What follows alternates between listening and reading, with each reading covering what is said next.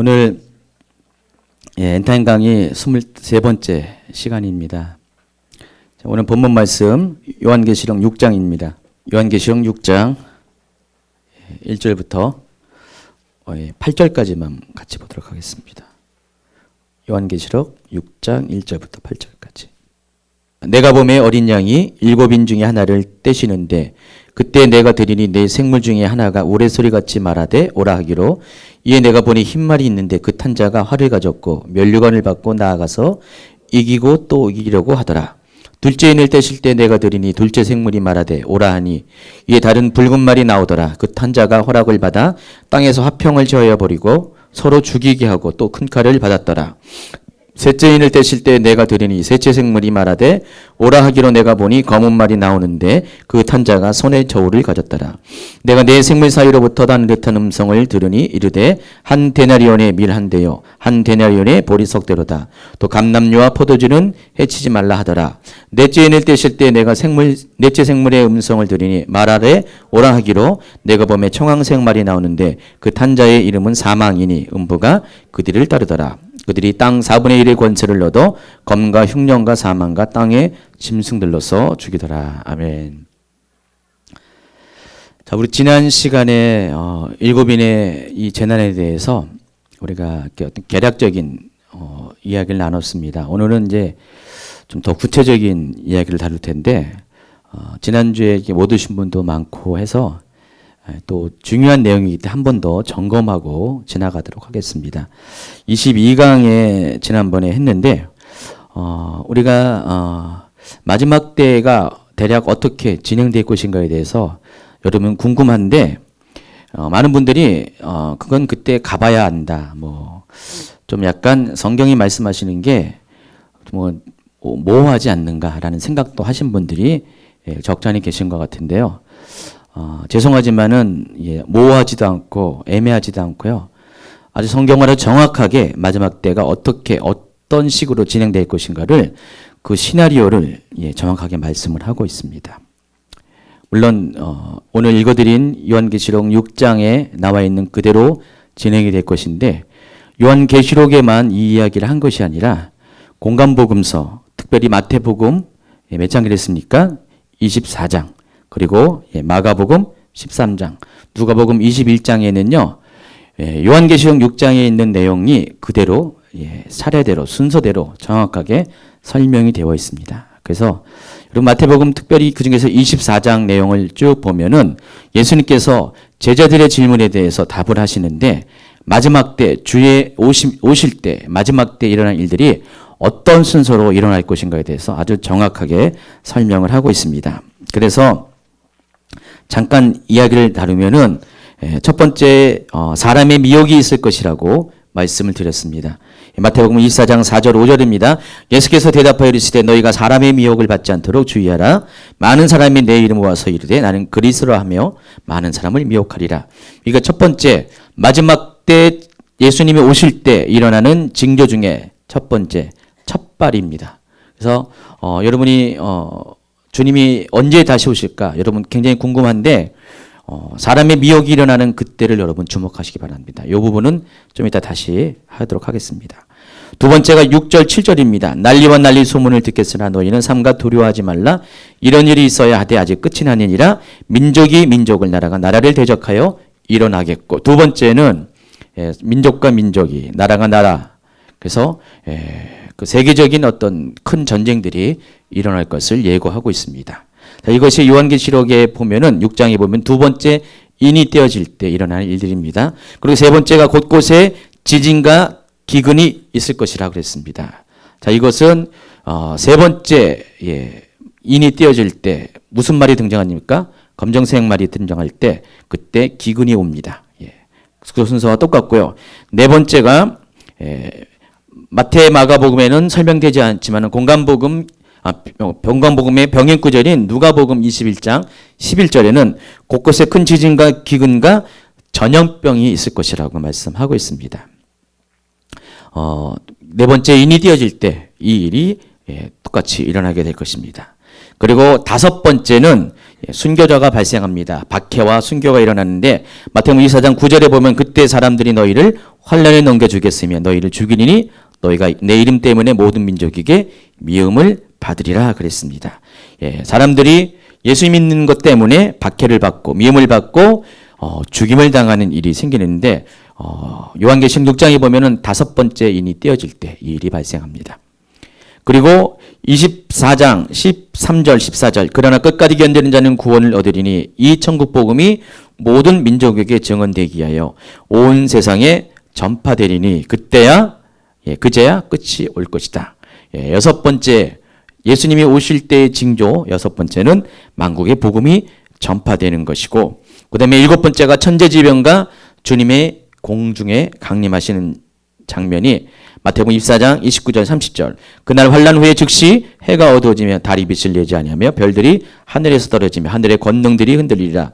그때 인자의 징조가 하늘에서 보이겠고 그때 많은 땅의 모든 족속들이 통곡하여 하며 그들이 인자가 구름을 타고 능력과 큰 영광으로 오는 것을 보리라 그랬습니다. 그리고 마지막으로 성도의 휴거가 있습니다. 마태복음 24장 31절 그가 큰 나팔 소리와 함께 천사들을 보내리니 그들이 그의 택하신 자들을 하늘 이 끝에서 저 끝까지 사방에서 모으리라 그랬습니다.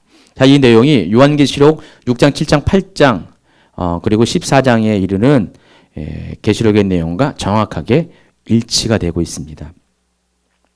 그래서 제가 이 부분을 이제 표로서 이렇게 소개를 했어요. 지난 강의를 284페이지 보시면은 그 표로서 정리가 되어 있으니까 여러분이 정확하게 볼 수가 있을 것입니다. 자, 오늘은 이제 구체적으로 그렇다면은 이제 7인의 재난이 어떻게 시작되는가를 좀 이렇게 설명하겠습니다. 오늘은 첫 번째, 두 번째, 세 번째, 네 번째 인이 떼어질 때까지 과정을 말씀드릴 것입니다. 제가 지난번에 이 강의를 했더니 우리 성도님 중에서 집사님 한 분이 목사님 너무 리얼하게 강의를 했다고 크게 이게 마음에 이렇게 와 닿으셨나 봐요. 그러니까 어떤 마음인가요? 그냥 성경 말씀은 그러려니 했는데 너무 정확하게 이렇게 받아들였나 봐요. 이 마지막 때가 그냥 대충 일어나는 게 아니라 순서대로 예정대로 말씀대로 시나리오대로 일어난다는 것들을 지난주에 한번 깨닫게 되신 것 같아요. 그동안 강의를 못 드신 분들은요. 앞에 있는 강의들이 다 이렇게 올라가 있어요. 카페에 제가 어제 1강부터 오늘 강의까지 한 파일로 해서 올려놨으니까요. 그거 다운받으셔가지고 보시기 바랍니다.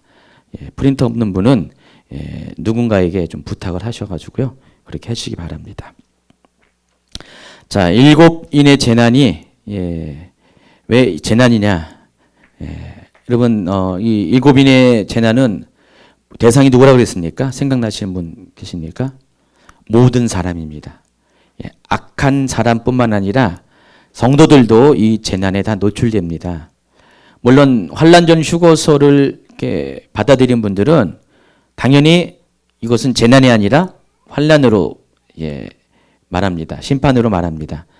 왜냐면은 이 7인의 재난이 일어나기 전에 성도들은 다 휴거를 받기 때문에 그런 식으로 말씀합니다. 반대로 환난 후 휴거서를 신뢰하신 분들, 그러니까 7년 환난 후에 예수님이 재림하시고 휴거가 일어난다고 생각하신 분들은 이 7년 기간에 있는 모든 이 재난들이 다 뭡니까? 환난, 그것도 대환난입니다. 그래서 굉장히 모든 성도들이 이것을 이 고통의 시간들을 연단의 시간들을 악인들과 함께 겪어야 된다는 것에 굉장히 두려움을 느끼죠. 글쎄요, 첫 번째 게 맞을 건지 두 번째 맞을 건지 주님 오실 때 가봐야 알겠지만은 그래도 후자 쪽에 가까울 것이고 또 후자 중에서도 저는 중간 환란을 이렇게 그렇게 신뢰합니다. 뭐든지 100%는 없어요. 한 90% 정도, 90% 정도 중간 휴거서를 믿고 환란 전 휴거서는 저는 이제 동의하지 않습니다. 제 개인적인 생각은. 그렇다고 해서 환란 전 휴거서를 믿는다고 이단이고 그런 거 절대 아닙니다. 그냥 입장이 다른 것뿐이에요. 받아들이는 게 다른 거. 성경에 대한 어떤 받아들이는 게 다를 뿐인데 저는 환란 전 휴거서는 단 1%도 제 생각으로는 동의하지 않고 환란 후 휴거서는 한 10% 정도, 그다음에 중간 휴거서는 약 90% 정도 이렇게 신뢰합니다. 그래서 주님 오실 때 이제 우리가 이제 분명하게 드러나겠지만, 그러나 중요한 것은 성경에 말하는 것, 성경이 무엇을 말하는가, 그것이 중요합니다. 어떤 교리나 학설이 아니라 성경의 대로. 자, 그런데 좀 솔직히 애매한 것이 성경도 해석하기에 따라 또 다르거든요. 그래서 이 특별히 요한계시록은 해석에 따라서 길이 워낙에 다양하기 때문에 저도 어떤 한 것에 대해서 100%라고 말을 절대로 못합니다. 네. 어제 제 생각과 오늘 생각이 또 달라질 수도 있고요. 이미 제가 지난 직전 강의와 이번 강의에서 약간 또 변동사항이 생긴 것도 있는 것이 사실이거든요. 예, 그만큼 이 계시록은 길이 다양하고 많고 해석에 따라서 어떻게 해석에 따라서 전혀 다른 어떤 길을 간다는 것들을 여러분이 먼저 이해하고 전제하셔야 됩니다. 그래서 어떤 생각이 누구의 생각과 다르다고 해서 이상하게 생각할 필요 없어요. 너무 이렇게 좀 이렇게 성경의 어떤 그런 흐름과 차이가 나면은 문제가 있지만은, 그러나 대부분의 이런 이렇게 계시록에 관한 이야기들은 다름이 있다는 것들을 여러분 충분히 이해를 하시고 용납을 하시고 받아들이시기 바랍니다. 선택은 여러분이 하는 것입니다. 제가 말을 했다 여러분 제 말이 다 맞는 게 아니라 여러분이 이렇게 예스 하면은 선택하는 거고, 아니면은 그냥 그냥 그 부분은 흘려 보내시기 바랍니다. 뭔 얘기다 이야기했죠? 그렇죠. 예.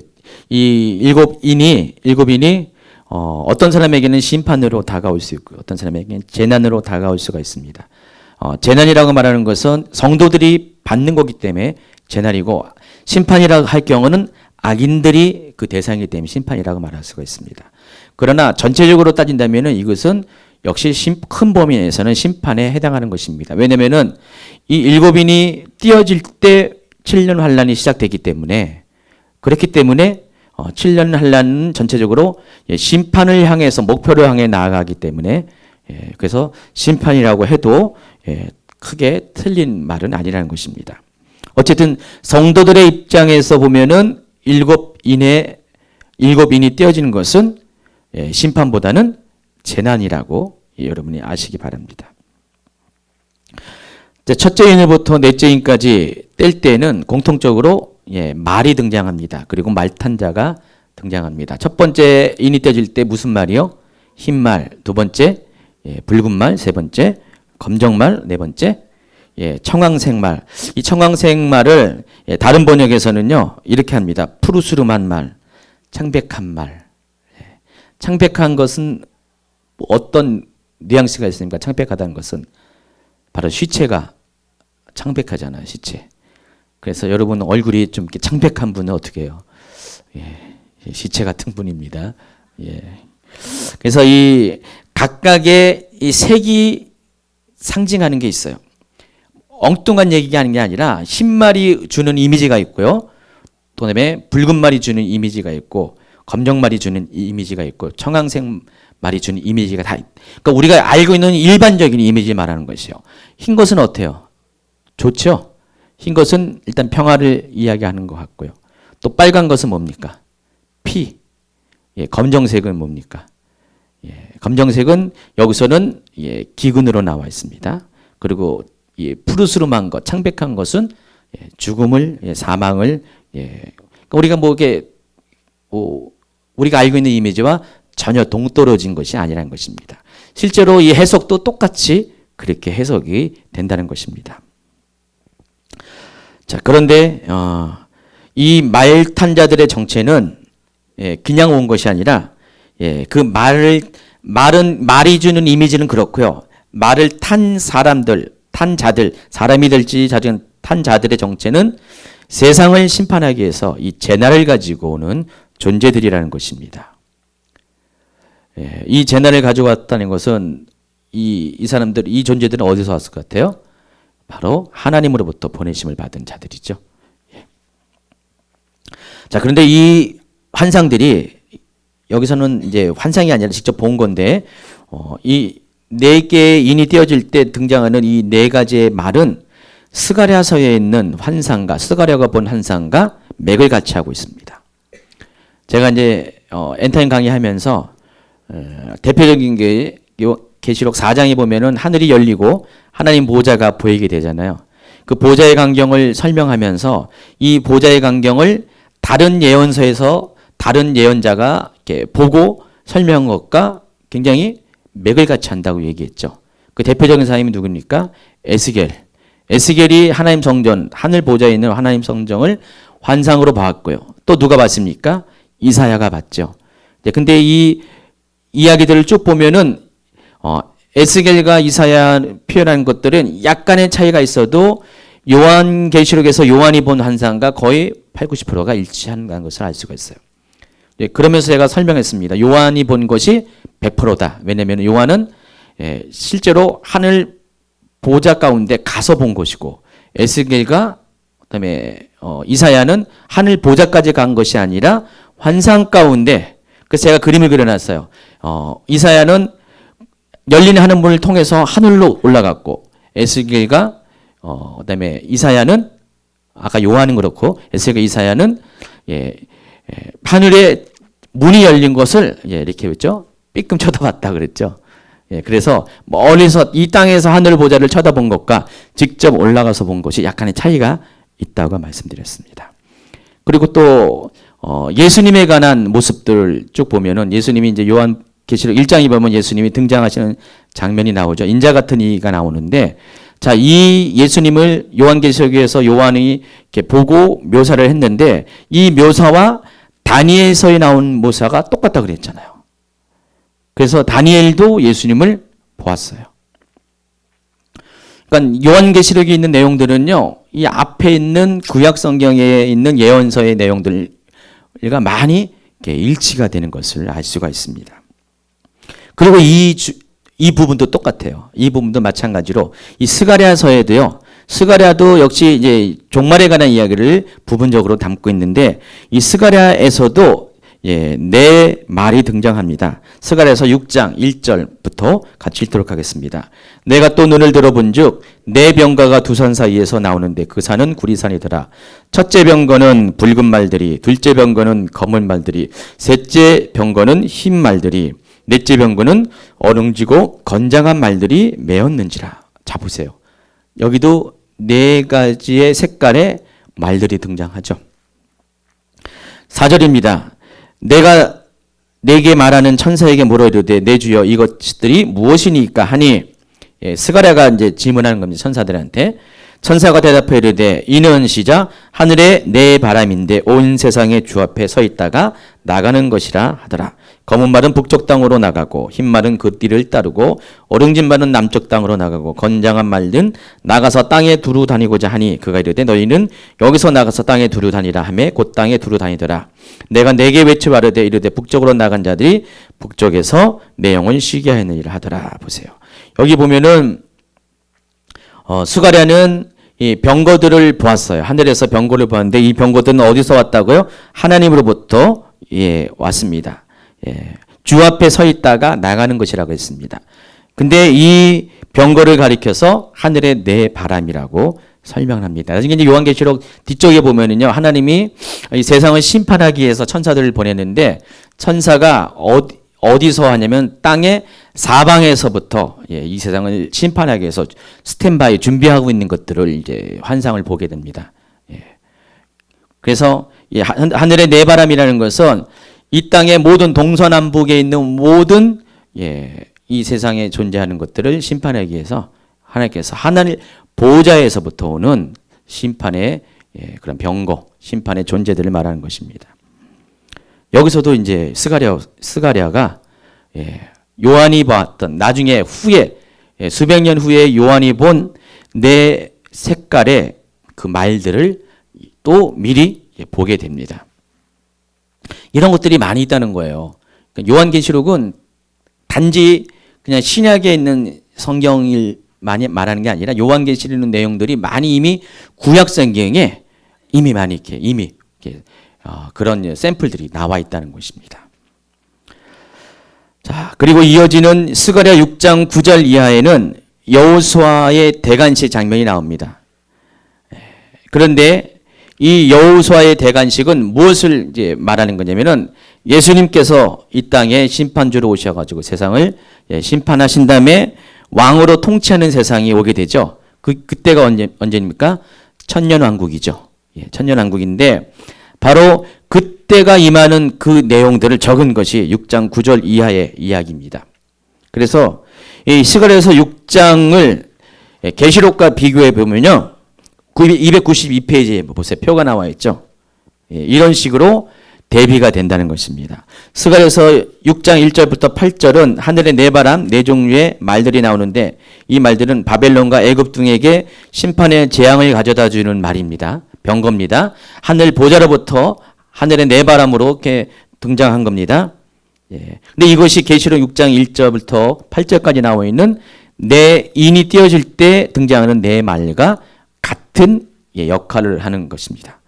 또 스가랴 6장 9절부터 15절까지 나와 있는 여호수아의 대관식, 이때 여호와의 성전이 건축되는데 이 장면은 계시록 20장 1절부터 나오는 예수님의 재림과 천년왕국에 해당하는 그런 구조로 대비가 된다는 것입니다. 그럼 스가랴도 결국은 뭐예요? 요한계시록에서 요한이 보게 될 마지막 때의 그런 일어날 시나리오를 부분적이지만 약간 다른 각도에서 보았다는 것입니다. 그러니까 스가랴에서에도 요한계시록이 나와 있는 거죠. 그렇죠? 그래서 하나님은 어쨌든 간에 이 요한계시록의 내용이 아주 구약에서 이미 예언된 내용이 성취되고 있다는 것들을 정확하게 우리에게 확증을 하고 있습니다. 그래서 순서도 똑같아요.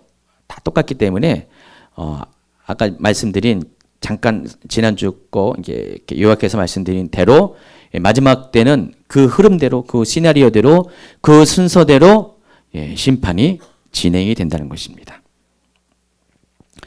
자, 첫째인이 띄어질 때 어떤 일이 일어날까? 다시 읽도록 하겠습니다. 내가 보매 어린 양이 7인 중에 하나를 떼시는데 그때 내가 들으니 내 생물 중 하나가 우레소리와 같이 말하되 오라 하기로 이에 보니 흰말이 있는데 그 탄자가 활을 가졌고 면류관을 받고 나아가서 이기고 또 이려고 하더라. 이미 지난주에 설명을 했지만 오늘은 좀 구체적으로 설명을 하는 것입니다. 심판의 주권자는 누굽니까? 예수님이세요. 심판의 주권자가 누구라고요? 예수님입니다. 물론 궁극적으로는 하나님이시지만은 그러나 그 총대를 갖고 계신 분, 심판을 실행하시는 분은 지금 예수님이세요. 예수님은 어떤 분이시라고요? 어린 양으로서 오신 예수님. 이 부분은 다 설명을 이미 앞전 강의 가운데 설명을 했습니다. 그래서 하나님 보좌에 있는 이 하나님 오른손에 있는 이 두루마리가 예수님으로부터 취해져서 예수님이 7인을 친히 직접 떼실 때 그때부터 심판이 일어나게 된다는 것입니다. 그러니까 성도 입장에서는 재난이 일어나게 된다는 것입니다. 그래서 모든 것들은 두루마리에 쓰여진 대로 일어나게 될 것이에요. 예정된 순서대로 일어나게 될 것이고 이 두루마리는 언제 쓰여졌습니까? 태초로부터. 아주 오래전부터 하나님의 예정 가운데 이 두루마리가 미리 준비되어 있다는 것입니다. 자, 그런데 예수님과 더불어서 또 중요한 존재가 있는데 내 생물입니다. 잘 보시면 알겠지만은 예수님이 인을 띄게 되면 어떻게 되냐면은 그때마다 예수님은 인을 떼시는 작업을 하시고 그때마다 누가 등장하냐면은 하나님 보좌 앞에 있는 네 생물이 등장합니다. 이 네 생물이 이사야는 뭐라고 그랬습니까? 서랍천사라고 그랬죠. 이 네 생물이 등장해서 네 생물이 인을 떼어짐과 동시에 심판을 실행하는 명령을 내립니다. 자, 예수님은 인을 떼시고 생물 중 하나가 우레소리 같이 말합니다. 뭐라고 말합니까? 오라. 오라고 말합니다. 그러면은 이 오라 하게 되면은 뭐가 어떻게 일어납니까? 누가 옵니까? 말탄 자가 오게 됩니다. 자, 예수님은 인을 떼시고 예수님은 인을 떼신 다음에 네 생물이 중에 하나가 해당하는 생물이 하나가 거기서 우레소리 같은 말로 오라 그러면은 오라라는 소리를 듣고 누가 등장한다고요? 말탄 자가 등장을 한다는 것입니다. 구절은 똑같아요. 1절, 3절, 5절, 7절 보면은 첫째 인을 띨 때, 둘째 인을 띨 때, 셋째 인을 띨 때, 넷째 인을 띨 때 각각의 첫째, 둘째, 셋째, 넷째 생물이 똑같이 말합니다. 오라, 오라, 오라, 오라. 자, 근데 이 오라라는 단어를 두고 번역을 두고 과연 이것이 누구한테 한 말인가에 대해서 해석이 좀 달라요. 첫 번째가 이 말이 요한에게 한 말이라는 입장입니다. 킹제임스 성경을 보면은요, 지금 그런 것 같기도 해요. 한번 읽어볼까요? 또 그 어린 양이 그 봉인 가운데 하나를 여실 때 내가 보고 내가 들으니 내 생물 가운데 하나가 천둥 같은 소리로 말하기를 와서 보라 하기로. 이 문맥을 보면은 누구한테 한 말 같아요? 내 생물이 요한에게 한 말 같죠. 와서 보라 그러니까. 그런데 다른 번역 보세요. 공동 번역으로 보세요. 공동 번역을 보니까 나는 어린 양이 그 7 봉인 중 하나를 떼시는 것을 보았습니다. 그리고 내 생물 중에 하나가 우레 같은 소리로 나오너라 하고 외치는 음성을 들었습니다. 이게 뭐 이렇게 중요하냐고요? 왜 중요하냐고요? 글쎄 중요할 수도 있고 안 할 수가 있는데, 왜냐면은 이 해석에 따라서 오라라는 해석이 누구한테 오라라는 말을 한 거냐에 따라서 좀 약간 이렇게 흐름이 달라지기 때문에 그렇습니다. 자, 그런데 이것에 대한 헬라어 직역이 뭐냐면은 너는 오라라는 것입니다. 자, 그러면 예수님이 인을 떼시고 생물 중 하나가 우레소리로 말합니다. 너는 오라 그랬습니다. 자, 누구한테 한 말 같아요? 여기 요한에게 한 말이 아닙니다. 왜 그러냐면은 오라라고 할 때 곧바로 일어나는 따르는 그 장면은 뭡니까? 말 탄 자가 등장하게 됩니다. 그러니까 사도 요한이 온 게 아니라 그 말 듣고 온 게 아니라 너는 오라 하니까 또 공동 번역에서는 나오너라 하니까 이거 있잖아요. 이게 무슨 옛날에 연극할 때 요즘은 이제 안 그렇지만 옛날에는 그냥 심파극 같은 데 할 때 화면이 바뀔 때 꽝 징을 꽝 친 거예요. 큰 징을 땅 치면은 화면이 싹 바뀌면서 누가 딱 등장하잖아요. 그와 같은 역할을 하는 것입니다. 그때 말탄 자가 등장을 합니다. 그래서 이 말은 오라라는 말은 말탄 자에게 명령을 하는 것이에요. 그러면 그 오라라는 그 말과 동시에 말탄 자가 등장하면서 재난이 실행이 되는 것이에요. 이해하시겠죠? 자, 그렇다면 여기서 흰말을 탄 자가 누구를 의미하는 것인가? 이게 굉장히 중요합니다. 이 해석이 여러 해석이 있는데 보통 4가지 해석이 있습니다. 첫 번째가 예수님을 의미한다는 해석이 있습니다. 왜냐하면은 계시록 19장 11절에 보니까 백마 탄 자가 등장을 합니다. 한번 읽어볼까요? 또 내가 하늘이 열린 것을 보니 보라 백마와 그것을 탄 자가 있으니 그 이름은 충신과 진실이라 그가 의로 심판하며 싸우더라. 이것은 이제 나중에 19장에서 소개하겠지만은 결론을 얘기하면은 예수님이 맞습니다. 그리스도가 맞습니다. 예수님이 지상에 재림하시는 장면을 묘사하고 있는 것이에요. 예수님이 지상에 재림하실 때 예수님은 뭘 타고 오신다고요? 백마를 타고 오세요. 자, 예수님이 오실 때 우리가 알고 있는 예수님은 어떻게 오십니까? 구름 타고 공중에 오시죠. 근데 계시록 19장에는 뭘 타고 오신다고요? 백마를 타고 와요. 그럼 예수님 어떻게 2번 오시는 거 맞죠? 예수님 2번 오신다는 거예요. 그래서 공중에 오시고 지상에 오시는, 그러니까 그래서 공중 오시는 것을 공중강림이라는 단어를 쓰고요. 지상에 오시는 것을, 땅에 오신 것을 지상재림이라고 합니다. 근데 이 시기를 어떤 분들은 하나로 보는 분이 있고요. 저 같은 경우는 둘로 봅니다. 그렇다고 해서 하나로 봤다고 둘로 봤다고 둘 중 하나는 이단은 아닙니다. 입장이 좀 다른 거예요. 해석. 좀만 다르면 이단이라고 막 그래요. 그렇게 하면 이 계시록과 관련해서 한 수백 가지 이단이 등장합니다. 진짜 그래요. 계시록과 관련된 이단은 엄청 많게 돼 그렇게 되면요. 입장이 해석이 좀 다른 것뿐이에요. 이것 때문에 무슨 구원이 당락이 결정되는 건 아닙니다. 약간의 좀 문제가 있긴 하겠지만은 그렇지는 않습니다. 그래서 첫 번째 주장은 그리스도라는 견해입니다. 이 계시록 19장의 11절과 관련돼서 왜냐하면 성경은 같은 어떤 존재에 대해서는 같은 이미지를 사용하기 때문에 앞에 나오는 흰말과 뒤에 나오는 여기는 왜 앞에는 흰말이라고 뒤에는 백마라고 했는지 모르겠어요. 흰말은 한글이고 백마는 한자인데 헷갈리지 않게 하려고 그런지 모르겠지만은 일부러 누가 이렇게 번역을 할 때 그렇게 한 건지 모르지만은 결국 같은 말입니다. 번역이 약간 이렇게 한글과 한자로 했지 똑같은 흰말, 백마 맞습니다. 근데 앞에 나와 있는 백마, 흰말과 뒤에 나와 있는 흰말이 탄자가 다르다는 것이죠. 그래서 우리가 일반적으로 알고 있는 예수님의 이미지는 하나님부터 왔기 때문에 흰색이 맞아요. 근데 여기는 똑같이 흰색이고 또 19장에도 예수님이 실제로 흰 말을 타고 오기 때문에 주장하는 것이 여기 예수님이 등장하는 거다. 그러니까 첫 번째 인이 떼어질 때는 예수님이 오신다 이렇게 말씀을 하고 있어요. 근데 좀 앞뒤가 안 맞지 않아요, 여러분? 뭐가 안 맞아요? 인을 떼신 분이 예수님이시잖아요. 인을 떼신 분이 예수님이고 또 예수님보다 더 존재적으로 이렇게 아래에 있는 내 생물이 예수님 보고 나오너라. 그럼 예수님 예 하고 말이 안 되잖아요, 그렇죠? 논리적으로도 맞지가 않습니다. 그래서 예수님이 아닐 것이 99%입니다. 그렇죠? 어떤 사람은 장차 나타나게 될 어떤 정복자라고 해석을 합니다. 또 다른 의견은 두중인이라고 합니다. 계시록 11장에 나와 있는. 요거는 이제 뭐 이렇게 나중에 또 설명이 될 겁니다. 그리고 네 번째가 적그리스도를 의미한다는 입장입니다.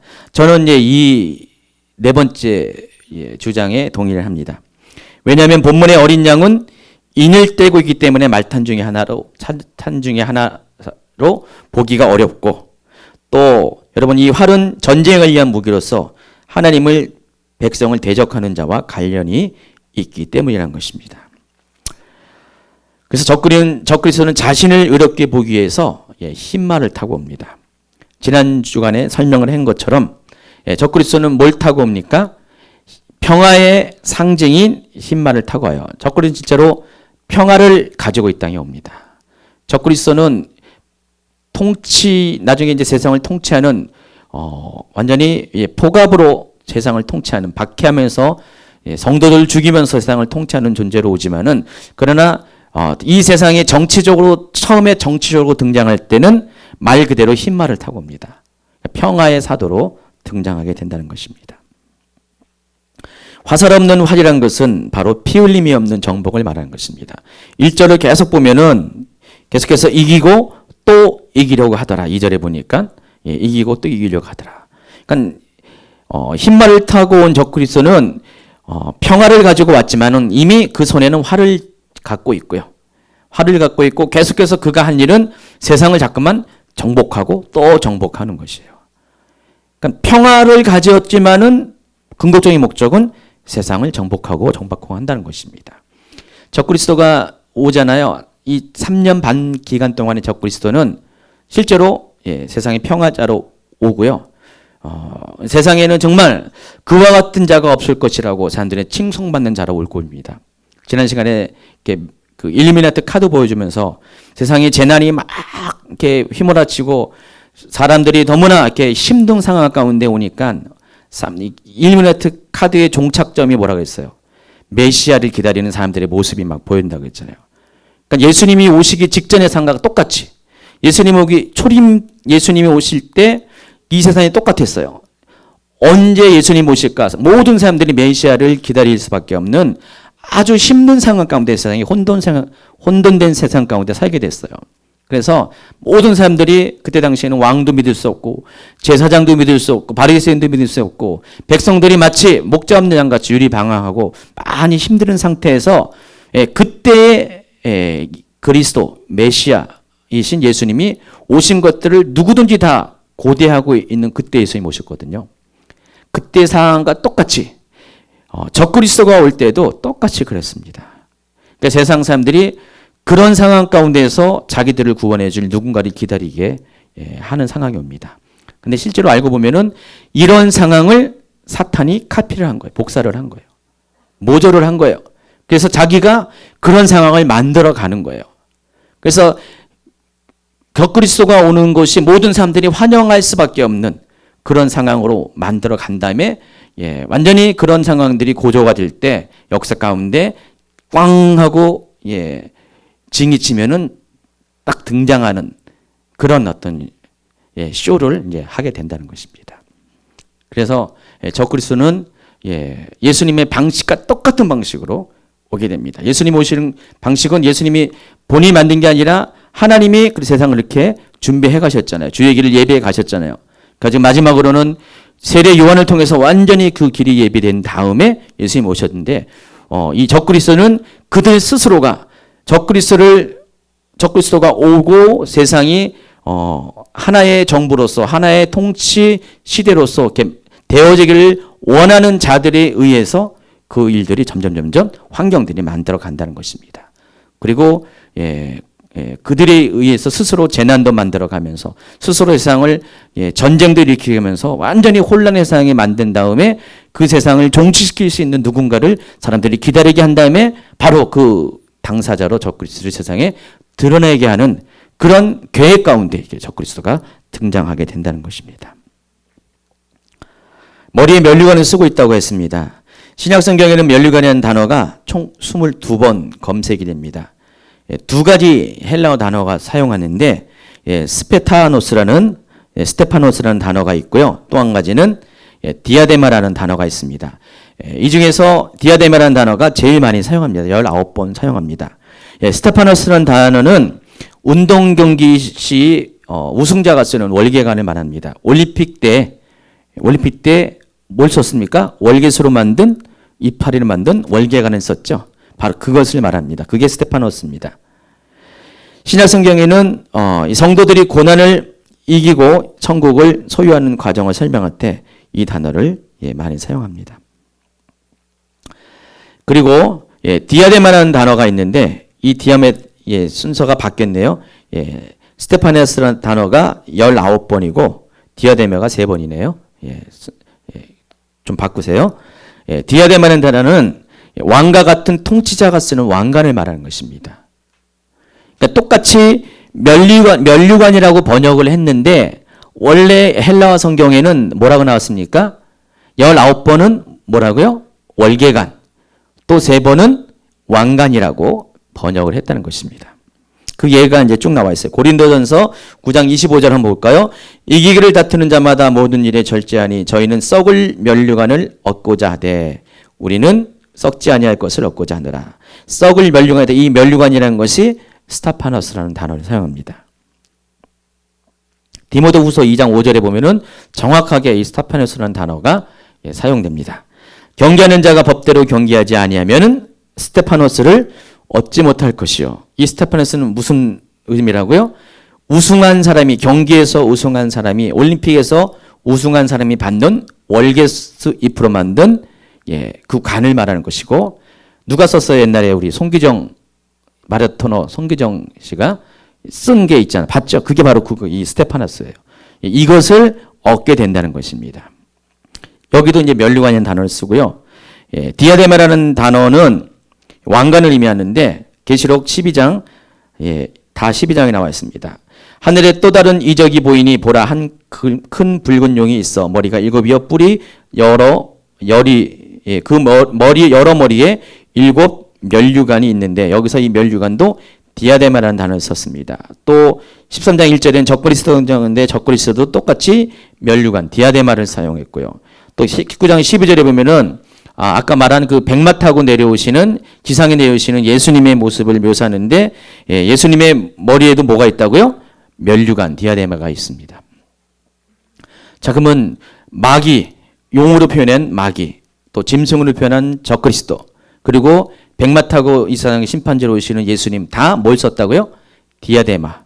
다 이거는 왕과 같은 통치자들만 쓰는 왕관을 말하는 것입니다. 근데 한글 성경에는 이 두 가지가 다 똑같이 면류관이라고 번역을 했기 때문에 우리가 좀 이렇게 헷갈리는 것이에요. 그래서 여러분 이왕이면은 이제 원어로 이렇게 아셔야 됩니다. 그래서 뭐 원어로 성경 읽을 분들은 읽으시고요. 못 읽을 분들은 제가 설명해 준 거 잘 듣기 바랍니다. 그래서 흰말을 탄 자가 쓴 면류관이 디아데마가 아니고 스테파노스이기 때문에 적그리스도가 될 수 없다는 주장을 한다는 것입니다. 왜냐하면 스테파노스 뭐라고 했어요? 경기의 승리자라고 말하기 때문에. 그래서 결국 흰말은 스테파노스로 사용했기 때문에 용도 아니고 짐승도 아니고 예수님도 아닌 그럼 그 다음의 순서가 두 증인일 것이라는 그런 주장을 하게 된다는 것입니다. 그런 의미에서. 그러나 그런 식으로 다 따지면 이제 이게 설명이 그렇게 될 수 있지만 296페이지 보면은 269페이지 보세요. 그러면은 다 모두가 그런 것이 아니라는 것입니다. 그러니까 아까 제가 스테파노스 단어가 신약 성경에 19번 사용한다 그랬죠. 근데 아까 이렇게 열거되지 않는 다른 성경에 보니까 신약 성경에 보니까 마태복음 27장 29절에 보면은 예수님도 보니까 여기서도 스테파노스를 쓰셨어요. 예수님이 뭘 썼어요? 가시 면류관을 썼는데 아까 그런 식으로 따지면 예수님이 뭘 써야 돼요? 그 왕관을 써야 정상인데 여기는 면류관을 쓰셨어요. 또 마가복음 17 똑같은 얘기고요. 다 같은 저기네요. 저기 공감 여기 똑같은 복음서의 내용입니다. 그리고 계시록 14장 14절에도요. 예수님이 쓰신 것이 뭡니까? 똑같이 스테파노스를 쓰셨어요. 그렇기 때문에 이게 스테파노스와 디아데마의 그 용법이 분리가 된다고 해서 이것이 예수님이 아닐 것이라는 주장이 아니라는 것입니다. 그리고 또 적그리스도가 아닐 것이라는 주장이 아니라는 것입니다. 그래서 이 디아데마라는 것은 스테파노스라는 단어는 디아데마와 같이 결국은 비슷비슷하게 사용되는 그런 용도가 있는 것 같아요. 그래서 흰 말은 적그리스도라고 말하는데 이 단어 때문에 이거 아니라는 주장은 할 수가 없다는 것입니다. 어쨌든 흰말이 스테파노스를 쓴 것은 흰말을 탄 자가 스테파노스 쓴 것은 월계관을 쓴 것은 앞으로 7년 동안에 일어나는 일이 어떤 것인지를 우리가 알게 해주는 것입니다. 자, 흰말을 탄 자가 면류관을 쓰고 한 일이 뭡니까? 설명한 것이 이기고 또 이기려고 하더라. 자, 이것이 경기 용어잖아요. 그렇죠? 스테파노스가 경기에 해당하는 면류관을 받은 자가 쓰는 거잖아요. 그래서 이기고 또 이기가 하는 것은 경기에 이기고 또 이기는 그런 것을 묘사를 하고 있어요. 그래서 결국은 이것도 스테파노스라는 원래 용법에도 맞다는 것이죠. 그래서 이 적그리스도는 면류관을 쓰고 경기의 우승자가 쓰는 이 스테파노스를 쓰고 계속해서 전쟁 가운데서 정복자가 되어서 세상을 이기고 또 이기는 존재로서 이 땅에 오게 한다는 것입니다.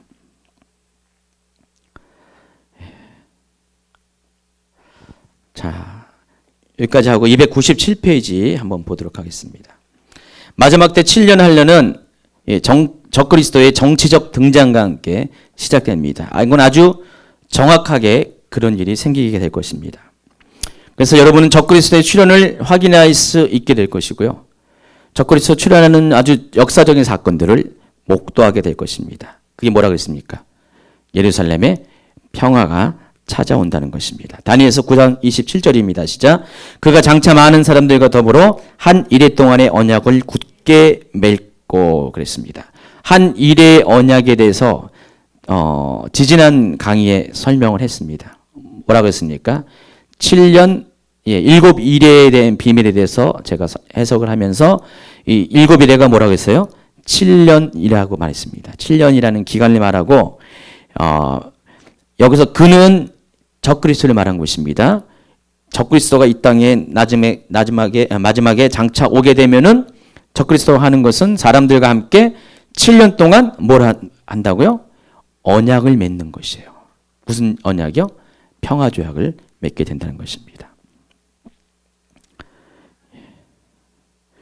자, 그런데 문제는 7년 동안의 언약을 맺었는데 그 절반의 시간, 정확하게는 후 3년 반 기간 동안에는 그가 그 일의 절반에 제사와 예물을 금지할 것이며, 그 제사와 예물은 어디서 드려진 겁니까?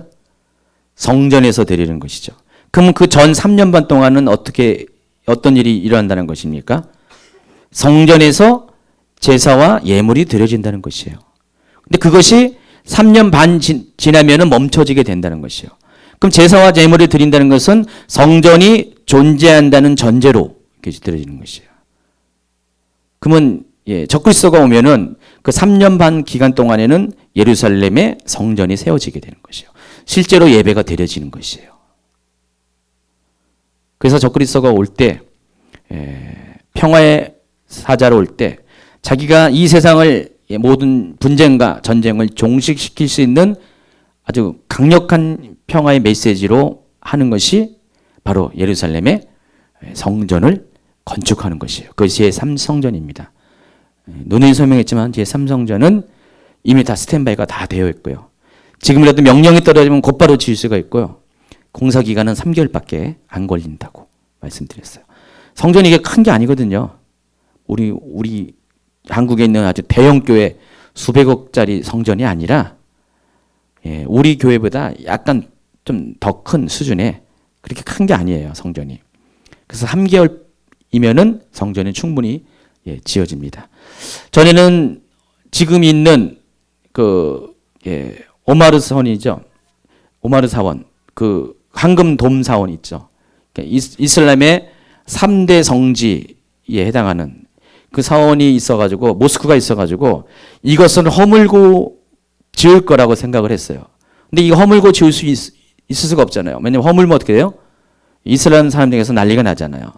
그래서 그것은 불가능한 일이고, 그래서 이 불가능한 일을 가능한 일로 바꾸는 사람이 나타나게 될 것이고, 그래서 그 일을 하게 되면 모든 세상 사람들이 아주 대단한 사람이라고 환영을 할 것이고, 그래서 모든 사람에게 칭송 듣는 자로 등장할 것이라고 이렇게 몇 번 계속 설명을 하고, 제3성전 이야기하는 분들도 계속 그 얘기를 하고 있는데, 제가 지난번 강의 가운데 이렇게 새로 나온 자료를 보니까, 최근 자료를 보니까 원래 이 성전터가 지금 황금 사원 그 자리가 아니라 바로 옆이에요.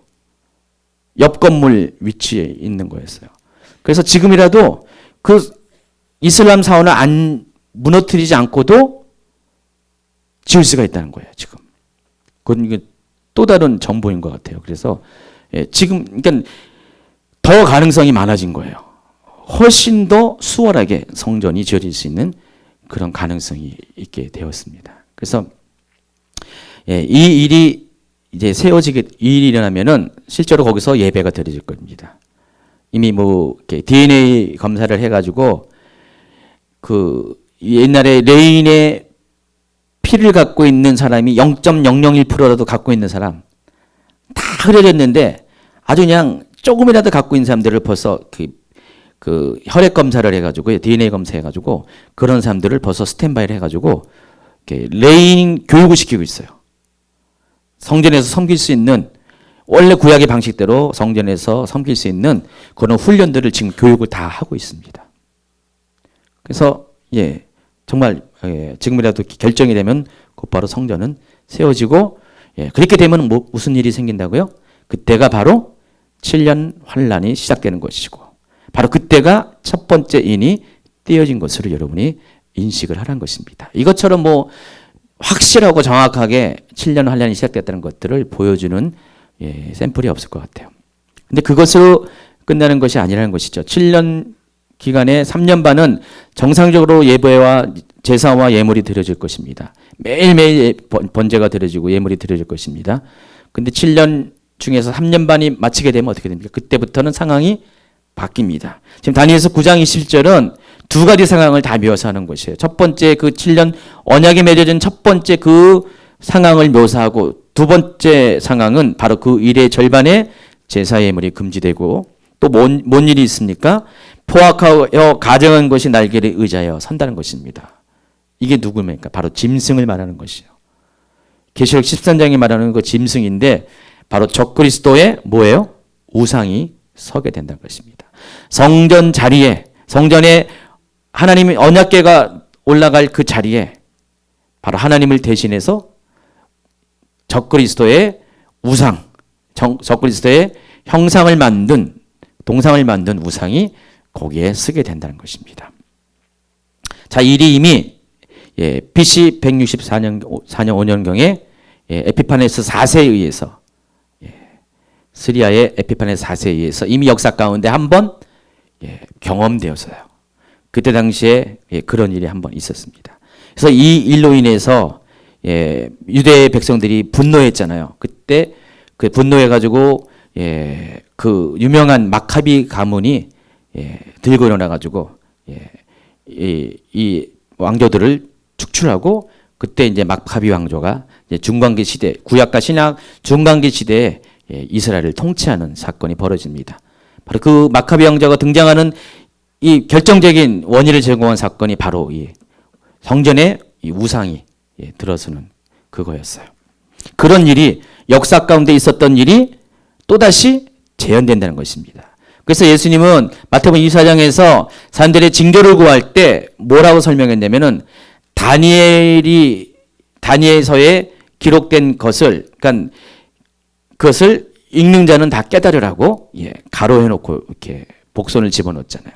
그러니까 이미 그때 당시의 사람들은 다니엘 시대에 있었던 일들을, 아니, 다니엘의 시대가 아니라 다니엘이 예언한 바로 9장 27절에 예언한 일이 그 후에 몇백 년 후에 역사 가운데 BC 164년에 이루어진 것들을 역사를 통해서 알고 있었고, 그 같은 일이 일어났다는 것들이 우리가 알고 있는 그대로 앞으로도 마지막 때 그런 일이 또다시 재현될 것이라고 예수님이 말씀을 하고 있는 것이에요.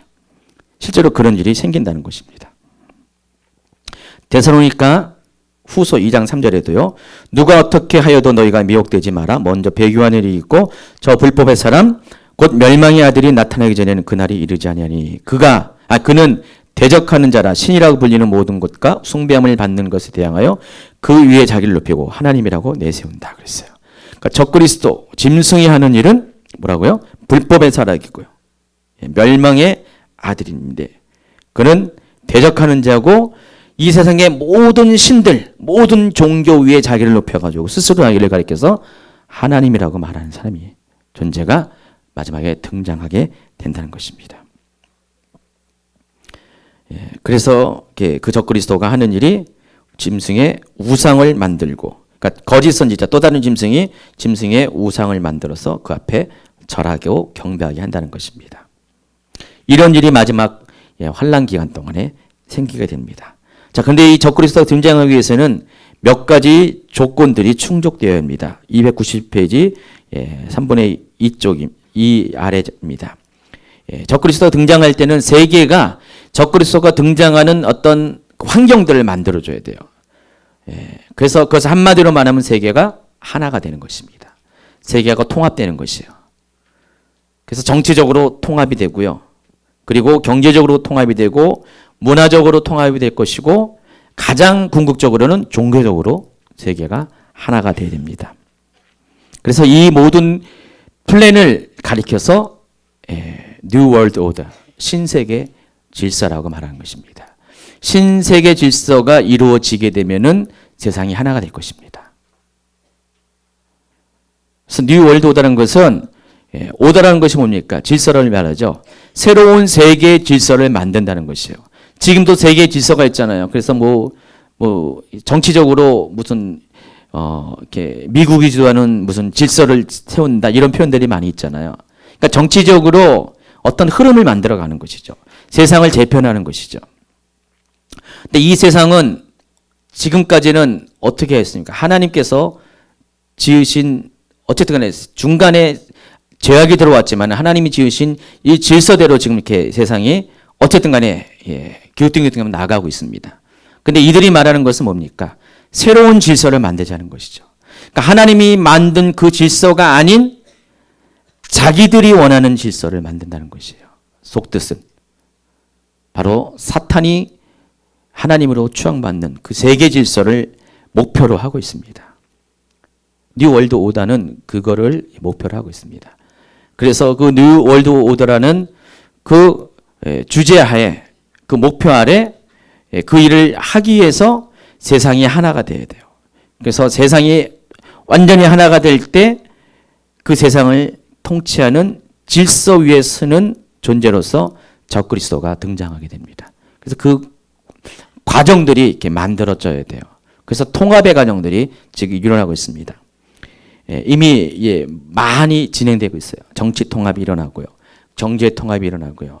그리고 여러 가지 문화적인 통합이 일어나고 있습니다. 그래서 여러분 미디어나 영화나 이런 음악이나 이런 언론이나 이런 걸 통해서 세상은 점점 하나의 목표를 향해 나가고 있어요. 옛날에는 이렇게 드러나지 않았던 그런 것들이 요즘 정체들이 많이 드러나고 있어요. 최근에 영화 뭐 작년인가요? 노아 올해죠. 노아라는 영화도 만들었고요. 어제부터 그저께부터 개봉한 그 엑소더스라는 영화, 그 모세가 출애굽하는 영화 만들었죠.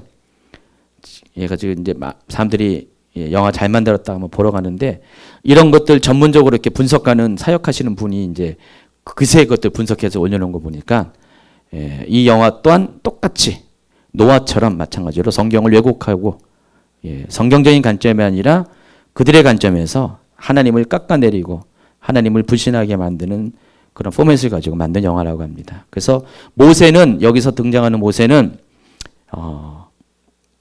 완전히 그 전쟁을 지휘하는 장군으로서 당시 람세스와 대결하는 장군으로서 묘사가 되고요. 모세가 든 칼은 호로스 문양이 담겨 있는 칼이라고 나오더라고요.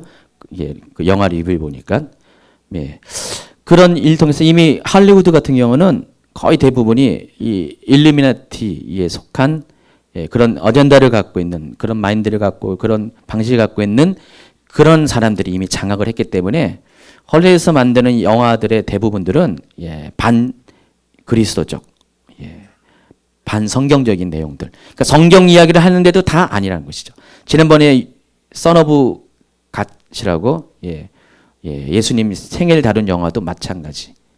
다 그런 왜곡하고 잘못된 관점으로 이렇게 하나님을 이해하게 만드는 하나님을 아주 옹졸하고 아주 그냥 어리석고 뭐 그런 것을 이렇게 만드는 그런 영화들이 이렇게 만들고 있습니다. 그게 다 사람들로 하여금 정서적으로 반 하나님 정서를 만들기 위해서, 반 그리스도 정서를 만들기 위해서 그렇게 이제 문화들이 활동들이 이어지고 있습니다.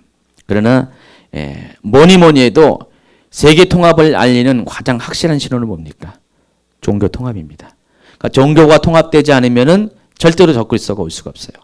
세상의 어떤 정치, 경제, 문화도 다 이루어져도 종교가 하나 되지 않으면 세상은 결코 하나가 될 수 없다는 것입니다. 가장 강력한 것이 종교로 인한 어떤 분열인데 지금 그 일을 종교 통합을 누가 하고 있습니까? 교황이 하고 있습니다. 지금 이 교황은 아주 대단한 교황이잖아요. 그래서 계시록 17장에 보면 큰 음녀가 등장하는데 여기서 큰 음녀는 바로 로마 카톨릭을 말하는 것입니다.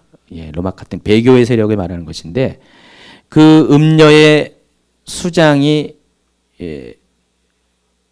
교황이잖아요. 교황인데 특별히 이 교황은 누구 출신이에요? 어디 출신? 예수회 출신이에요. 여지껏 역사적으로 한 번도 예수회 출신의 교황이 없었는데 수백 년 동안 예수회는 그 카톨릭의 교권의 실제적인 실세입니다. 두 교황이 있어요. 흰 교황, 검은 교황. 흰 교황은 우리가 알고 있는 눈에 보이는 가톨릭 교황을 말하고 검은 교황은 검정색 옷을 입은 바로 예수의 수장을 말한 것입니다. 실제로 이 예수의 수장이 어떤 가톨릭의 모든 어떤 그림자 뒤에 숨어가지고 가톨릭을 움직이기 하는 그런 실세인데 그 세력이 전면적으로 이제 이렇게 역사 가운데 드러난 거예요. 그동안 다 숨어서 조정했다가 이제는 그 멤버가 교황까지 되면서 더 이상 뭐 그 가톨릭 드러나는 로마의 교황권과 예수회의 어떤 여기 그 세력들이 거의 더 이상은 분리할 필요가 없기 때문에 하나가 되어서 그들이 원하는 쪽으로 세상을 만들어가는데 그래서 새롭게 교황이 등장하면서 급속도로 종교 간의 화합이 일어나고 있어요. 최근에 봤죠? 며칠 전에 일주일도 안 됐습니다. 교황이 어떤 일을 했습니까? 1000년 만에 무려 1000년 만에 동방교회와 서방교회가 나눠진 이후 1000년 만에 동방교회 수장한테 가가지고 화해를 했잖아요. 화해를 하고 하나의 힘을 선언하고 그걸로 그쳤습니까? 이슬람 최고 지도자한테 가서 또 화해가 됐어요. 그러니까 이슬람과 동방교회라 화해했어요. 대단한 교황이잖아요.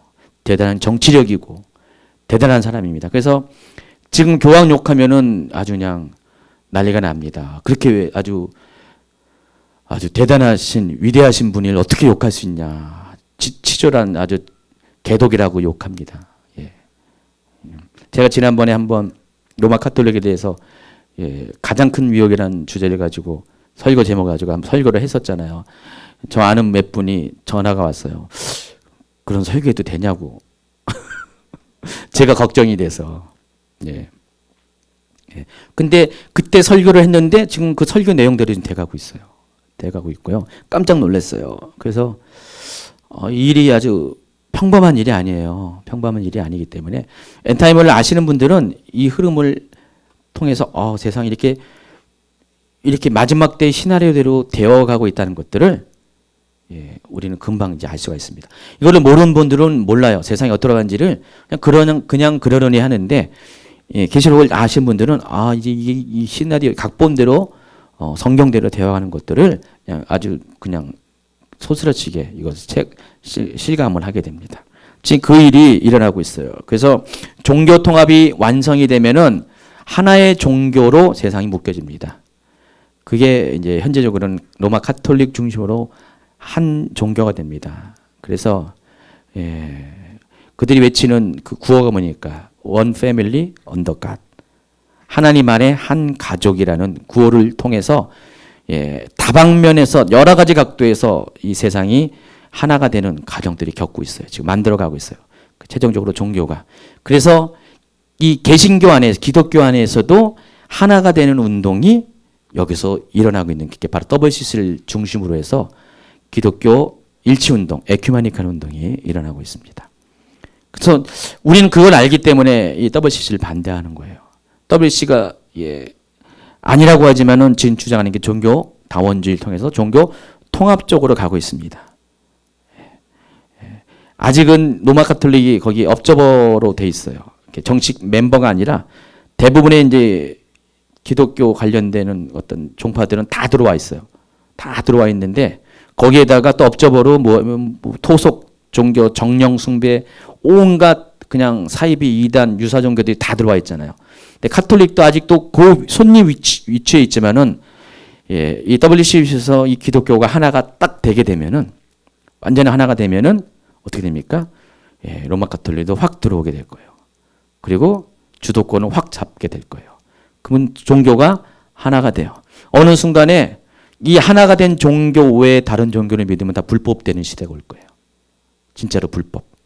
그때가 언제 될 것 같아요? 흰 말을 타고 등장하게 될 때. 정치적으로 등장하게 될 때. 그 일이 일어나게 됩니다. 그래서 그때 많은 배교가 일어나게 돼요.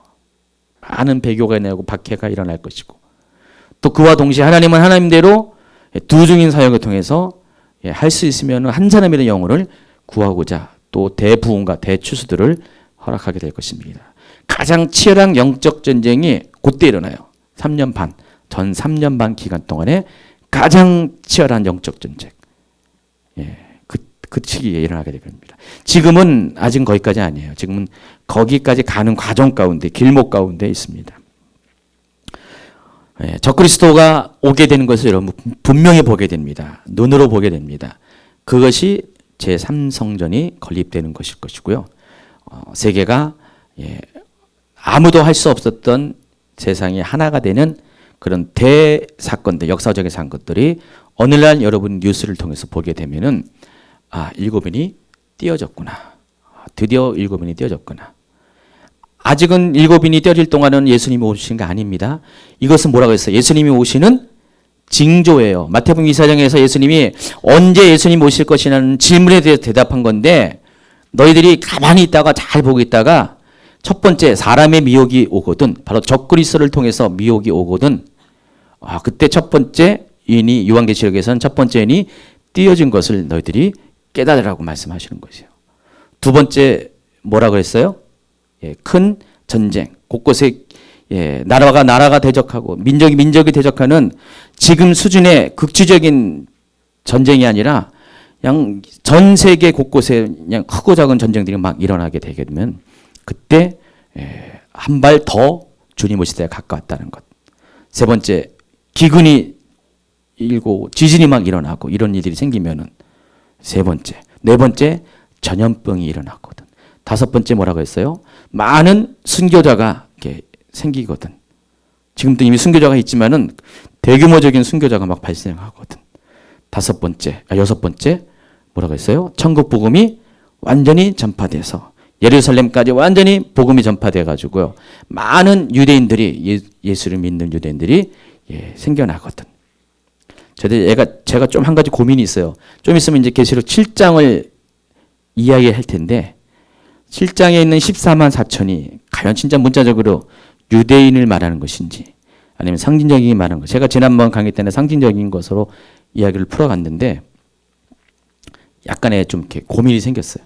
이번에는 좀 더 연구를 하면서 다시 한번 입장을 정리해야 될 텐데 문자적인 유대인 가능성도 있을 수가 있어요.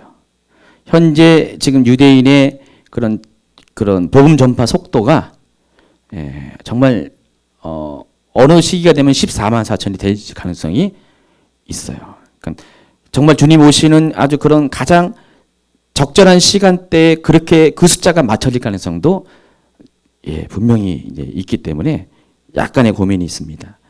몇 주 후에 제가 고민을 자주 풀어가지고 설명을 해드리겠습니다. 세 번째, 298페이지. 둘째 인이 띄어집니다. 둘째 인이 띄어질 때 둘째 생물이 말하되 뭐라고요? 광 나오너라. 징이 쳐지고 나오너라 했더니 이에 다른 붉은 말이 나오더라. 그 탄자가 허락을 받아 땅에서 화평을 지하여 보며 서로 죽이게 하고 또 큰 칼을 받았다 그랬습니다. 어떤 분들은 이걸 가지고 세계대전이 일어난다 얘기합니다. 그리고 또 아마겟돈 전쟁이 이때 일어난다. 이렇게 말한다고 해서 이단은 아니고요. 이렇게 안 말한다고 이단이 아닙니다. 해석이 좀 다를 뿐이에요. 저는 이걸 세계대전이라고 보지는 않습니다. 아마겟돈 전쟁이라고 보지 않습니다. 왜냐면은 이 인의 재앙은 악인과 의인 모두가 다 동시에 이렇게 경험하는 거기 때문에 아직은 아마겟돈 전쟁이 아닙니다. 아마겟돈 전쟁은 인류 최후의 전쟁이에요. 인류 최후의 전쟁이고 마지막 대접 재앙 끝에 가서 일어나는 것입니다. 그 때문에 아직은 아니에요.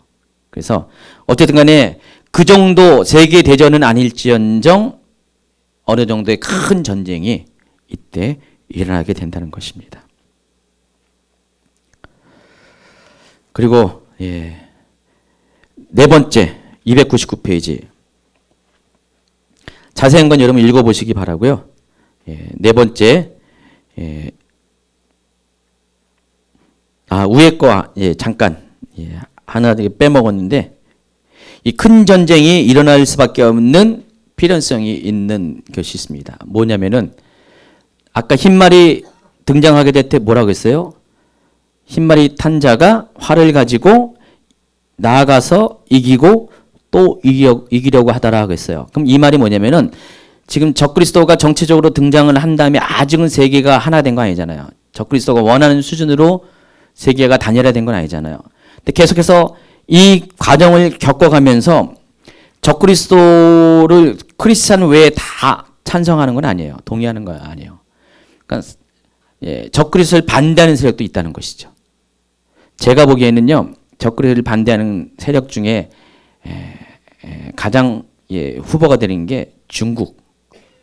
나중에 이제 어떤 세상에 통치자가 오게 돼, 적그리스도가 오게 되면은 적그리스도를 반대하는 세력 중에 하나가 강력한 세력 중에 하나가 중국일 가능성이 많아요. 제 생각이에요. 그리고 러시아도 거기에 해당할 수가 있을 수가 있어요. 잠깐 적그리스도를 반대하는 것이 성도들만 반대하는 것이 아니라 안 믿는 세상 권력 중에서도 반대한 자가 있을 것이에요. 그들과 싸울 거예요. 그래서 적그리스도가 세계 대통령으로 등극하기 위해서는 반드시 한 번의 큰 나중에 마지막 전쟁 아니더라도 큰 전쟁은 반드시 치러야 될 것 같아요. 그래서 그 세력을 꺾어서 전세가 확 바뀌어야지만 3년 반의 정점으로 갈 수 있기 때문에 아마 그것을 얘기할 가능성이 제가 좀 많습니다.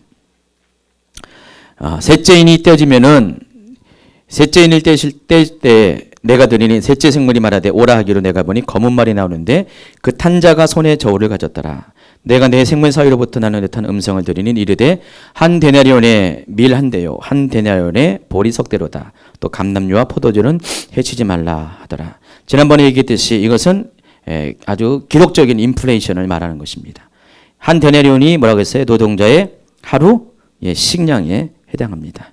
이것을 당시 시세로 비교하면은 보통 시세보다 12배 내지 16배의 가격이 폭등합니다. 인플레이션이 1200%, 1600% 살만하겠습니까? 절대로 살만하지 못합니다. 그래서 가뜩이나 전쟁으로 인한 고통을 겪고 있는 상황 가운데 이제는 경제적인 기근이 찾아옵니다. 경제적인 공황 상태가 옵니다. 그래서 사람들은 패닉 상태가 오죠. 아까 얘기했잖아요. 이런 상태가 계속 지속돼야지 어떻게 돼요? 적그리스도가 올 때 메시아를 기다리는 사람들의 기대를 채우면서 오기 때문에. 어쨌든 이때도 성도들은 이 세상에 있어요. 그래서 이 고통을 지내야 돼요. 그러니까 저도 그렇고 여러분도 이 시기를 경제적인 고통을 지내야 돼요. 지금도 혹시 경제적으로 이렇게 힘든 분들 계세요? 하나님이 훈련시킨다고 생각하세요. 마지막 때로 훈련시킨다고. 하나님 나 못 사는 거 싫어요. 나 어려운 거 싫어요. 하지 마시고요. 그때를 대비하시기 위해서 하나님이 여러분에게 미리 경험한다고 생각하시기 바랍니다. 6절 하반절에 보니까 감람류와 포도주는 해치 말라 그랬습니다. 이걸 통해서 알 수 있는 것은 아무리 경제적인 그런 힘든 시절이 온다 할지라도 그 중에서도 하나님이 보호하는 사람이 있어요. 감람류와 이 포도주는 바로 성도들을 말한 거예요. 아무 성도가 아니라 신부로 준비된 거룩한 신부로 준비된 성도들 말합니다. 하나님은 어쨌든 간에 뒤에도 이제 여섯 번째 인이 떼어진 다음에 일곱 번째 인이 떼어지기 직전에 하나님이 하나님의 백성들에게 머리에다 인을 이제 맞추는 장면이 납니다. 그와 같이 여기도 마찬가지로 하나님이 감람주와 포도주로 대비된 이 성도들, 감람주와 포도주라는 것은 뭐냐면은 이스라엘을 말하는 거예요. 이스라엘 사람들은 3대 그 식물 중에 하나가 3대 나무 중에 하나가 감람나무하고 포도나무거든요. 또 하나 무화과나무잖아요. 그래서 이거 이스라엘 상징하는 것입니다. 그래서 하나님이 이 성도들을 보호한다는 것입니다. 아무리 경제적인 기근이 닥쳐도 감람류와 포도주는 해치 말라는 의미는 하나님 백성들은 건드리지 말라 그거예요. 이 기근을 가져온 사람이 누구예요? 마귀가 다 주는 겁니까? 아니죠. 누가 줍니까? 말탄자가 갖고 오는 것이에요. 그래서 세 번째 인이 떼어질 때 세 번째 생물이 나오너라 할 때 등장한 검은 말 탄 사람이 존재가 와서 이것을 행하기 때문에 결국은 이것은 하나님으로부터 나온 환란이잖아요. 재난이잖아요. 그렇기 때문에 하나님이 요거는 건드리지 말라고 하면 건드리지 않는 것이죠. 그래서 저와 여러분 이렇게 잘 하나님 안에 있으면은 그나마 하나님께서 피할 길을 주신다는 아마 그런 메시지일 것 같아요. 300페이지 넘어갑니다. 네 번째 인이 떼어질 때 내가 넷째 생물의 음성을 들으니 말하되 여기도 나오너라 하기로 내가 봄에 청강생말 아까 뭐라 했습니까? 푸르스름한 말, 창백한 말 바로 죽음의 그런 색깔이죠. 나오는데 그 탄 자 이름은 사망이니 음부가 그 뒤를 따르더라. 땅 4분의 1의 권세를 얻어 검과 흉년과 사망과 땅의 짐승들로서 죽이더라. 자 보시면은 그림표를 그린 것처럼 7인의 재앙이 일어날 때 재난이 일어날 때 땅 4분의 1이 죽일 권한을 주었다 그랬어요. 그 심판하는 자에게. 그래서 4분의 1의 사람들이 죽게 될 것입니다. 맥시멈으로 말하는 것이요. 일단 권세가 4분의 1까지만 건들려고 했으니까. 그러면 세계인 거 지금 70억이니까. 빨리 계산해 보세요. 절반은 35억이고 절반은 17억 5천만 명이죠. 17억 5천만 명이 죽게 된다는 것이죠. 17억 5천만 명이 죽을 수 있는 가장 확실한 방법은 뭘 것 같아요? 전염병. 전염병이 가장 확실한 방법이죠. 전쟁이 일어나가지고 그렇게 사람이 이렇게 죽는다는 건 쉽지 않고요. 전염병일 가능성이 진짜 많습니다. 전염병으로 인해서 이 인원이 죽을 가능성이 많습니다. 여기는 구체적으로 검과 흉년과 사망과 땅의 짐승들 이렇게 하는데 뭐 그래서 제가 이걸 가지고서 종합 세트라 그랬어요. 종합 세트. 재난의 종합 세트. 재난의 종합 세트가 이제 일어나게 된다는 것입니다. 놀랍게도요. 이 오른쪽 301페이지 뒷장인가요? 301페이지 보시면은요.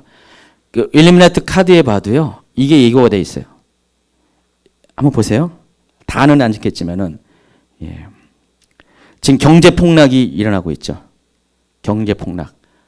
그 앞에 있는 피라미드로 된 일루미나트 그 전시안이 그려져 있는 그게 있죠. 그 저울 있잖아요. 그 일루미나티에 있는 권력, 권세, 돈이 세상의 돈이 완전히 가볍게 만들어요. 세상 화폐를. 완전히 화폐가 폭락이 인플레이션이 되죠. 그 일이 일루미나티 계획 가운데 이미 있다는 것입니다. 또 두 번째 보세요. 전염병을 말하는 것입니다. 지금도 이 세상에 있는 전염병은 누군가는 음모라고 그러고요. 누군가는 실제라고 그러고요. 세상에 있는 아주 그냥 그 병들은 실험실에서 만들어지고 있다고 막 그럽니다. 자연 발생적인 것도 있겠지만은 많은 병들이 이미 실험실에서 만들어지고 있대요. 자, 그 전염병이 이 일루미나티 계획 가운데 있어요. 왜냐하면 일루미나티의 어젠다를 만드는 이 빌더버그 회의라고 있어요. 나중에 이제 소개하겠지만 이 빌더버그 회의에서 채택된 보고서에 의하면은 향후 세계 인구를 10억으로 줄여야 된다고 인구 감축론을 하고 있습니다. 지금 70억 인구 중에서 60억은 다 죽어야 돼요. 10억만 남아야 되는데 그 중에서 5억 정도는 앵글로 섹슨족에 해당하는 백인들이에요. 영국과 미국하고 또 이렇게 유럽에 있는 백인들이고요. 그리고 나머지 한 5억 정도는 그들의 수정들은 이렇게 노예와 같은 종과 같은 역할을 하는 아시안 계통이나 뭐 흑인 계통. 인구가 제일 많은 게 어디입니까? 세계 인구가 아시아 대륙이잖아요. 몇 명인지 아십니까? 거의 50억 가까이 되죠. 그럼 50억의 이 아시아 인구 대부분을 죽여야 된다는 것이죠. 가장 확실하게 죽일 수 있는 거는 전염병. 전염병 한번 일어나면 뭐 누구 이렇게 무슨 책임 소재에 물을 것도 없잖아요. 전염병 때문에 그런다는데 어떻게 할 거예요? 그런 가능성이 이미 여기 일루미나티 카드에 여기 다 이렇게 나와 있어요. 그리고 세 번째 그림 보면은 아까 얘기하는 복합 재앙, 재난. 여러 가지 재난들이 이제 일어나게 된다는 것이죠. 자, 이들이 지금 예언하고 있어요. 그래서 목표가 뭐예요? 꼴이 뭐예요? 인구 감소. 인구 감소를 목표로 이런 일들이 쫙 일어나고 있다는 것이죠. 이게 이미 그들이 만든 카드 게임 가운데 다 이미 노출이 되어 있어요. 근데 이게 또 성경이 나와 있는 얘기와 같은 맥락이라는 것입니다. 이들은 이렇게 계획하고 있지만 성경은 이미 하나님의 섭리 가운데 다 보고 있어요. 이게 네 번째 인이 떼어질 때 일어나는 일입니다.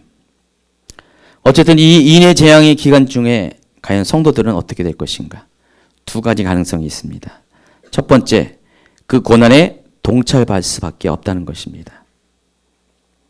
어떤 사람들은 계시록 6장 8절에 나와 있는 이 음부가 지옥이기 때문에 크리스천은 지옥에 가지 않는다고 전제하에 성도들은 재앙과 관련 없다는 생각을 합니다. 근데 여기서 이 음부는 하데스라는 의미인데 단순히 죽은 자가 거하는 장소를 말하는 것이에요. 구약에서는 이 음부를 가리켜서 뭐로 했습니까? 스올이라고 했어요. 스올. 신약에서는 하데스라는 단어를 사용했는데 이것은 그냥 지옥이라는 개념보다는 성경에서는 죽은 자가 가는, 죽은 사람이 가는 그런 곳이라는 그런 개념으로 사용합니다. 그래서 성도들도 이때 죽을 수가 있어요. 성도들도 17억 5천만 중에서 여러분도 속할 수가 있다는 것입니다. 뭐 오히려 잘 됐죠. 그때 죽으면은 그때 죽으면은 목 베어 죽는 것보다 낫죠. 혹시 나중에 전염병 걸리더라도 하나님 감사합니다. 전염병 걸리게 해서 이렇게 하시기 바랍니다. 애써 이렇게 열심히 살려고 하지 마시고요. 예. 자살하는 거 아니잖아요. 예. 예. 예. 그렇게 고난 가운데 주는 것보다 훨씬 낫죠. 아니 이런 그러니까 정도들도 이 재난 가운데 이렇게 참여할 수밖에 없는 상황이라는 것을 여러분이 아시라는 것이죠. 여기는 악인만 죽는 게 아니라 성도들도 죽는다는 것입니다. 이런 하나의 입장이 있고요. 두 번째가 6장 17절은 이런 질문합니다. 그들의 진노에 큰 날이 이르렀으니 누가 능히 서리요. 아까 감람류와 포도주를 해치지 말라고 하는 것 같은 맥락에서 하나님이 어떻게 됩니까? 그 와중 중에 성도들은 끝까지 보호할 것이다. 그러니까 성도들은 절대로 안 죽는다는 입장이 있습니다. 굉장히 낙관론적인 이야기 있는데 제 생각은 전자가 맞는 것 같아요. 성도들도 죽을 수가 있어. 성도들도 앞에 큰 전쟁 가운데 희생당할 수 있고요. 경제적인 그런 어떤 환란 가운데 노출될 수가 있고요. 그리고 또 이런 전염병과 같은 대규모의 대량 살상의 그런 환경 가운데 죽일 수도 있습니다. 어쨌든 하나님은 이와 같은 일들을 하나님 주권하에서 허락을 하셨어요. 그러니까 인이 떼어질 때 내 생물들이 선포하게 하고 그 내 생물이 선포할 때 실질적으로 이 재난을 가져오는 존재들이 등장하게 되고 그 일이 실행되어질 때 성도들도 그 현장 가운데 역사 가운데 그것을 몸으로 맞을 수밖에 없는 상황이라는 것입니다. 자, 어쨌든 첫째 인으로부터 시작해서 넷째 인까지의 재앙은 순차적으로 연속적으로 일어날 것입니다. 계속해서 뒤따르는 것이에요. 꽝 나오너라 첫째 말, 흰 말이 되냐 꽝 나오너라 붉은 말, 꽝 나오너라 검은 말 나오너라 네 번째 청강색 말이 계속해서 1막, 2막, 3막, 4막이 확 지나가게 됩니다. 아마 정신을 못 차릴 거예요, 여러분이. 그냥 한숨 돌린 거 했더니 뭡니까? 전쟁 일어나고 전쟁 돌렸더니 기근이 일어나고 경제적인 문제가 일어나고 막 뭐 전염병이 막 일어나고요.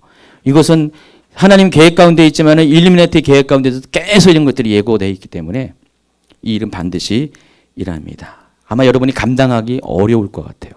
굉장히 지금도 조금만 힘든 일 있으면 그냥 주님 나를 사랑하십니까? 살아계십니까? 막 하면서 막 그런 분들 계신데 그때가 되면 어떻게 될 것 같아요? 근데 감사한 것은요. 그때가 되면 여러분 다 이길 수 있어요. 예, 진짜 그래요. 그때가 되면은 다 여러분 순교자가 될 수 있고 다 감당할 수가 있습니다. 지금 주님만 사랑한다면 가능합니다. 그래서 여기까지는 아직 사람들이 감당할 수 있을 것입니다. 사람들이 이미 그런 고통의 삶을 견뎌왔기 때문입니다. 그래서 이 일을 경험하면서 이 세대는 두 세계로 극명하게 구분될 것입니다. 그래서 두 가지 가능성이 있어요. 하나는 지나온 삶과 현재를 돌아보면서 겸손하게 두려움으로 하나님께 나오며 구원을 위해 부르짖는 사람들이 생길 것이고 그래서 대부흥과 대추수가 이때 일어날 것이고요. 하나님을 이런 과정 가운데 하나님밖에 없다는 것을 다시 한번 생각하고 돌이키고 물론 이때 두 증인의 강력한 회개와 예언과 권능의 사역이 일어날 것이고요. 그것을 통해서 예수님은 살아계심을 믿을 것이고요. 어쨌든 이 세상 가운데 이 세계 가운데 하나님을 더 의지하는 사람이 생길 것이고 반대로 재앙을 보낸 하나님을 욕하고 반대하며 더 극악한 모습으로 변해가는 사람들이 양극이 됩니다. 마지막 심판 때는 하나님이 심판에 향하기 앞서 뭘 한다 그랬어요? 세상을 분리시키는 작업을 해요. 알곡과 쭉정이를 나누는 작업. 의인과 악의를 나누는 작업입니다. 미련한 다섯 처녀와 슬기로운 다섯 처녀를 나누는 작업을 반드시 하셔요. 그래야지 편하잖아요. 다 섞여 있으면 어떻게 돼요? 그래서 지금도 그렇지만 앞으로는 점점점 회색지대는 없어요. 중간지대는 없어요. 최근에 이제 최은영 목사님이 아마 조만간에 설교할 것 같은데 최근에 어떤 일이 있냐면 구원론에 있어서 중간지대를 자꾸만 만들려고 하는 시도들이 많이 생겨요. 중간지대. 천국과 지옥이 아니라 중간지대가 있다는 것이죠. 가톨릭의 연옥 비슷하게. 그러니까 지옥도 아니고 천국도 아닌 애매한 사람들이 가는 곳. 그런 메시지를 전한 분들이 저는 참 지난번에 깜짝 놀랐어요. 선교사님이 아마 그런 의도로 말씀하신 건 아니겠지만 아마 계시록을 좀 이렇게 오해하셔서 그런 거지만은 그런 뉘앙스 들려가지고 아주 깜짝 놀랐어요. 뭐 그때 참석하신 분 뭔 말인지 알죠? 가지고 유튜브에 안내문 했는데 그런 메시지를 전한 분들이 막 요즘 막 생기고 있어요. 막 이것도 아니고 저것도 아닌 중간 어떤 구원을 이야기하는 분들이 많이 있는데 아니 이 성경적인 원리는 아니에요. 성경은 가면 갈수록 심판의 때가 가면 갈수록 세상은 아주 극명하게 나눠져요. 선과 악으로 나눠져요. 천국과 지옥으로 나눠지고요. 구원과 심판으로 나눠지고 중간은 없습니다. 여러분 둘 중에 하나 선택해야 돼요. 둘 중에 하나. 여호수아가 사람들에게 백성들에게 물었습니다. 오직 나와 내 집은 여호와만을 섬길 것인데 너희들은 어떻게 할 것인가? 그때 제사장 무리부터 여호수편에 쓰기 시작했고요. 모든 백성들이 다 여호수아를 하나님만을 따를 것을 했는데 여러분도 지금 그런 결단을 준비하셔야 될 것 같아요. 앞으로 가면 갈수록 이 시대의 어떤 흐름들이 성경 말씀대로 되어지는 것을 보면은 아 이대로 되어지고 있구나. 여러분 깨달을 때 점점 분명해질 때 여러분의 설 곳들을 정해야 된다는 것입니다. 그래서 복 있는 거예요, 여러분이요. 이 말씀을 듣는 게 안 듣는 사람들은 모르니까 그때 가서 봐서 결정하잖아요. 근데 여러분은 알고 있기 때문에 지금부터 준비하고 결정할 수가 있습니다.